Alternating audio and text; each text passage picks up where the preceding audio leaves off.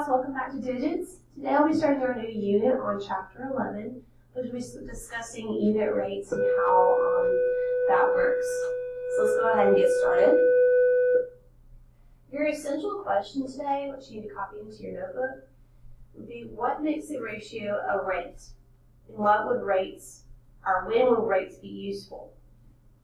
Alright, make sure you get this down because at the end of the lesson you should be able to answer what a rate is and why it might be useful.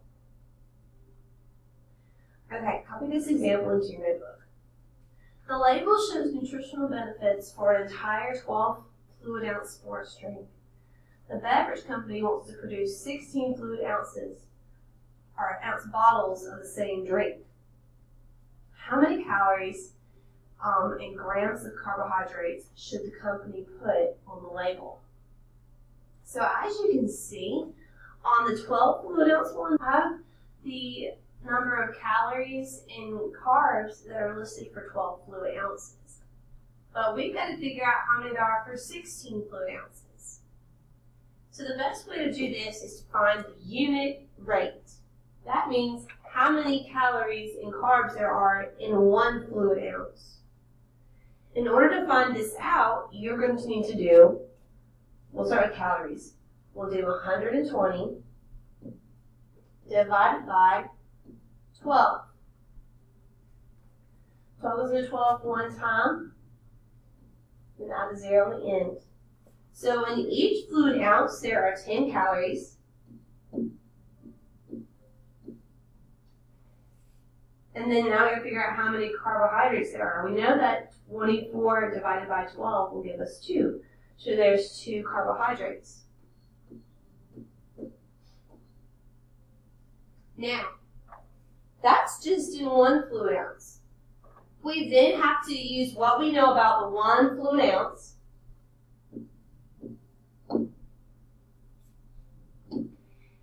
And we've got to figure out how many calories there will be in 16 fluid ounces. Well, you just take your 10 calories and multiply it times 16. 16 times 10, you just add a 0 to the 16, is 160. And then carbohydrates, 2 times 16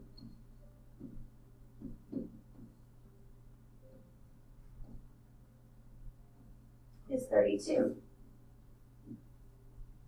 So this is what we're going to be doing in this unit. It's not super hard. It's just a lot of stuff that you're going to have to keep up with and remember how to do. All right? So when you finish copying this down, go ahead and push play and finish up the rest of the video. All right, you're also going to want to copy this into your notebook as well. This is what a rate actually is. A rate is a ratio that is involving 2 quantities that are measured in different units. Okay, so they're measuring apples compared to people. 6 apples to 3 people. Or reduced is 2 apples to 1 person. A rate for 1 unit of a given quantity is called the unit rate. When a unit rate is written as a fraction, the denominator is 1 unit. The 1 is a unit rate is read as per. So basically, these pictures are saying there are 2 apples per person. That's how unit rates work. Okay? Copy all this down. If you want to draw little stick figures and little apples in your hand, that's fine too. Just make sure that you have the important information, which is the definition of rate and unit rate. Okay? Below what you just wrote, your definition, I want you to write some examples of rates. So rates are basically you're comparing one thing to another thing. For example, $16 made in 3 hours. That's a rate. You're comparing money and time. Okay? $5 for 3 pounds. Money and weight. 180 words typed in 3 minutes. Words, time, and then, oh my goodness. Then you had 240 miles driven in 4 hours.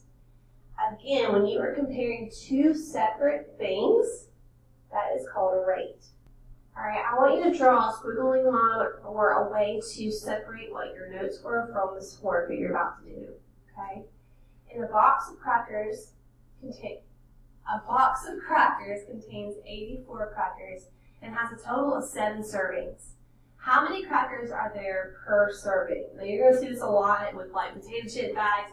Just about any kind of food that you eat, it will tell you the amount per serving. So let's figure this out. You have 84 crackers and a total of 7 servings. So you're going to do 84 divided by 7.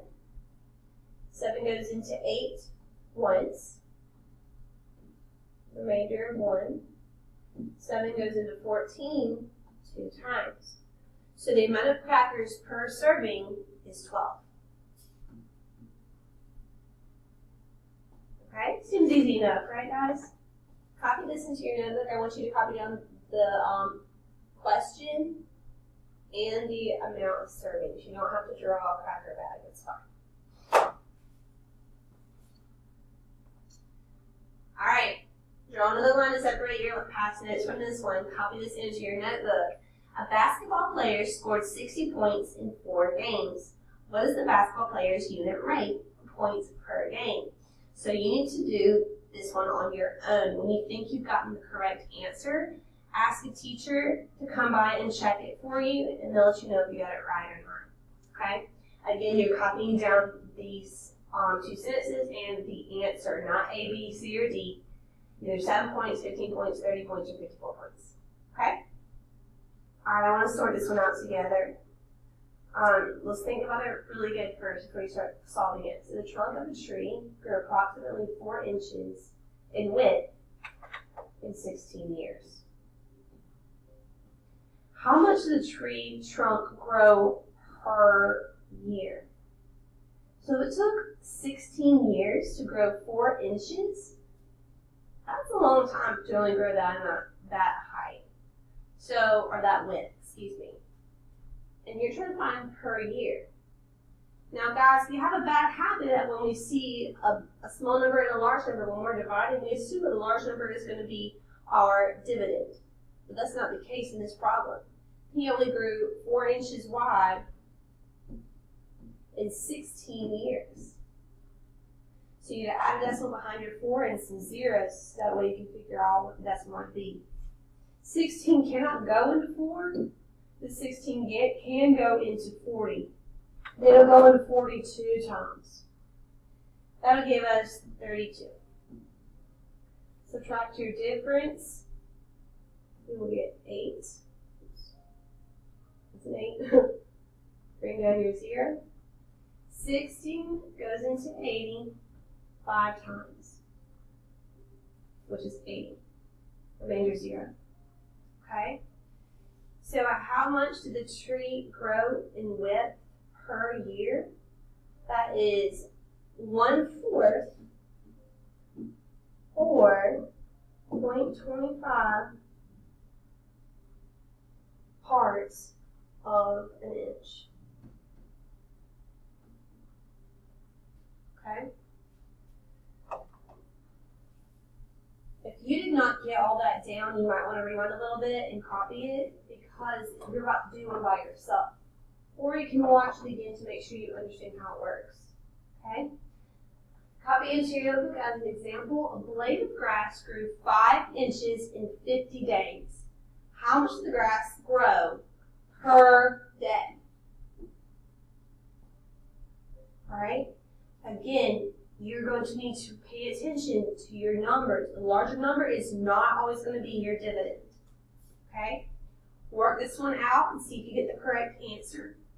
When you think you found out the answer, check with a neighbor and then check with a teacher and see if you got it correct. Okay? Erase this. A 5-minute shower uses approximately 12 gallons of water. Each minute the shower is running, the rate of water used is the same. Use this rate to complete the table. So we know in 5 minutes we use 12 gallons. We've got to figure out how many gallons we use in 1 minute. So we've got to do division to solve this problem. So since we're trying to figure out how much water used, our 12 is going to be our dividend, and 5 will be our divisor.